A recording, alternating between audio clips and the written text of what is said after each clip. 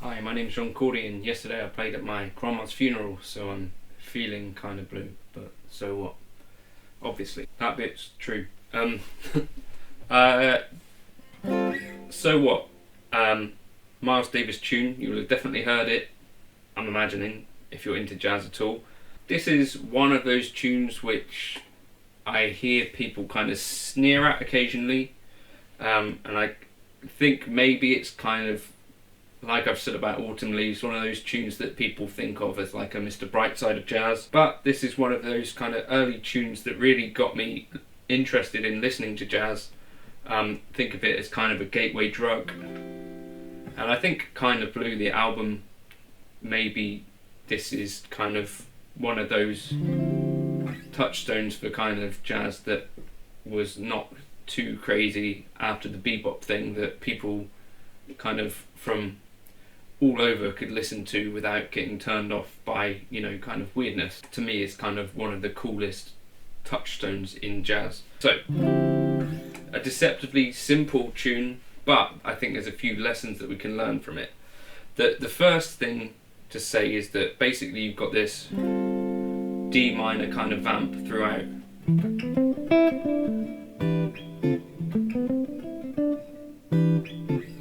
Okay, so you'll be familiar with that, and then at one stage we jump up a semitone and then back down.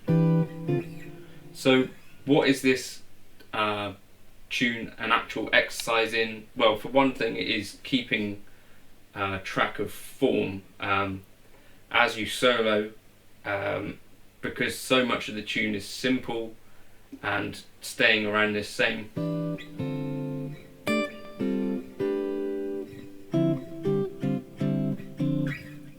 kind of structure, where we're staying on this chord 2 of C major for ages, so like a D minor Dorian.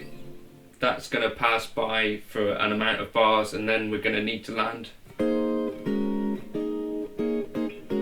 effectively in E flat Dorian.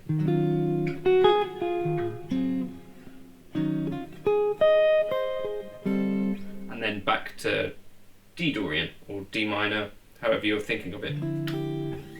So that's kind of the real trick with this tune. If you're going to solo over it convincingly and make it sound like you are confident and that you're really expressing yourself on it, you're going to need to have that form really clearly in your head. So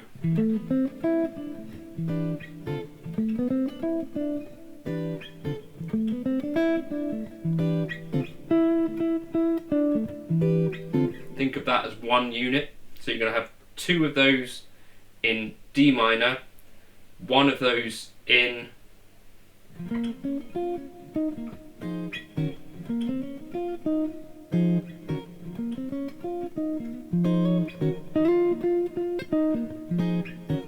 and then another 1 in D minor. So it's like an A-A-B-A form. So both of your A's, or all 3 of your A's, sorry, will be in that D minor. And then in the middle of it, you've got this B. So A-A-B-A, kind of how I might think of the form. And I'm thinking about it as kind of those bigger chunks so that I can place them in my head as I'm soloing. So I'm thinking a big chunk in D minor, another big chunk in D minor, a big chunk away in E flat minor, and then come back for another chunk in D minor. So that's how I would think of that, and I would spend quite a lot of time playing that head and playing the bass part as well as the kind of stab part. I think that's useful for that tune. And so when I'm soloing and playing or comping, whatever it is, as I'm trying to play through that form, I've got somewhere in the back of my head that kind of subconscious counting and the melody going on that is the bass line, so that I'm not losing place. And I think if you can do that with So What, it makes other tunes that are kind of have more variety in them a little bit more straightforward, if that makes sense. So because there's so few kind of touchstones for where you are in the tune in So What, if you're not really following the form, you'll just be late, or you'll find yourself suddenly having to change key, whereas in other tunes you'll basically have touchstones along the way and lots of variety. So that's kind of what So What for me is. It's like this meditative exercise of keeping the form in mind when there's really not much to tell you where you are in the tune, if that makes sense. And the other thing that it's a really good exercise for is trying to join up phrases across a key change. So you've got, obviously,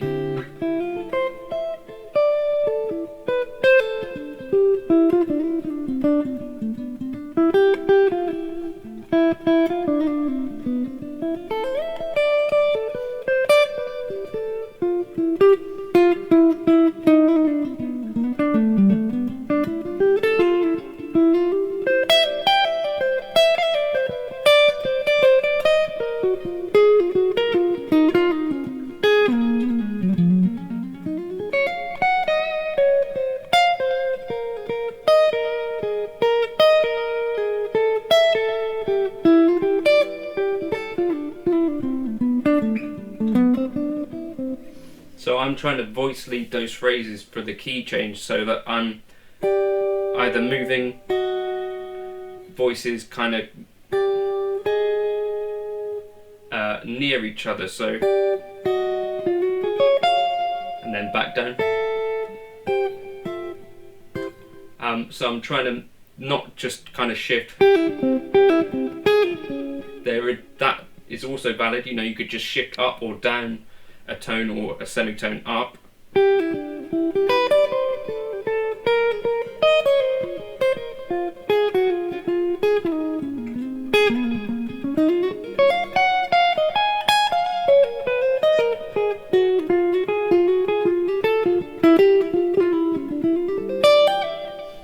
more what I'm trying to do is either kind of spread the notes kind of in a less obvious way, so you know, you might go from for instance to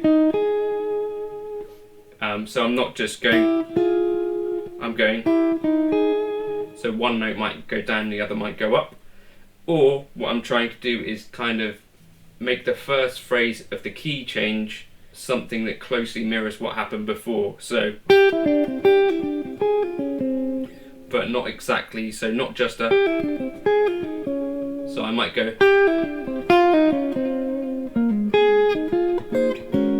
so those are some of the ideas that you might have caught as I was improvising over it in the intro. One other thing that I think is useful to try is to try going between using this kind of Dorian flavour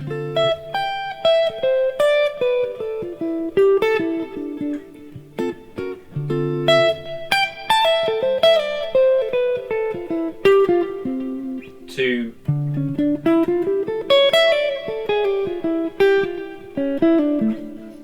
basically a D melodic minor, which works over it as well. So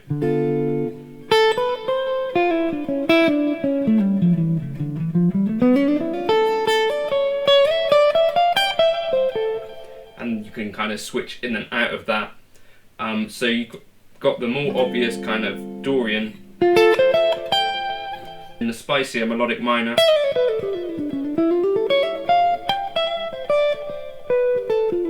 which you can occasionally switch to.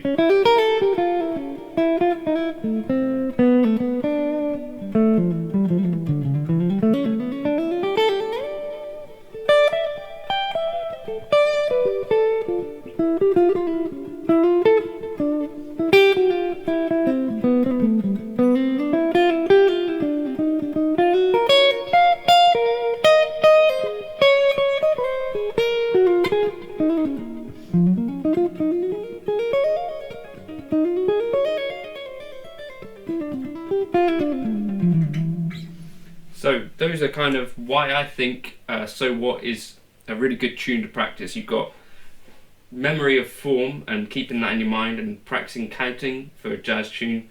Whenever you're soloing or playing a jazz tune or comping, one of the really important things to do is keep in mind the form of what's happening and keeping your place within the tune, which isn't always easy, particularly when other people are taking solos perhaps, or you are. So that's one really good exercise for it. The other is kind of being creative within quite a limited kind of harmonic framework. You know, you would stay on basically two chords, one chord for most of it, practicing lines that go through key changes and trying to be a bit creative with that. And then also practicing using kind of a Dorian flavour over a chord too, and also practicing using the melodic minor over that chord. So for the D minor, I'd predominantly be using a D Dorian or C major.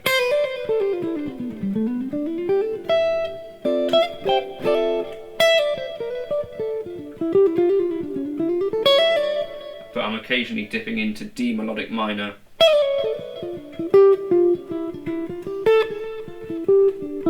For some harmonic variety, if you like. So hopefully that's vaguely interesting. If you want this backing track, which is basically just a bass and drums to keep you doing most of the legwork, I'll pop that up on my Patreon.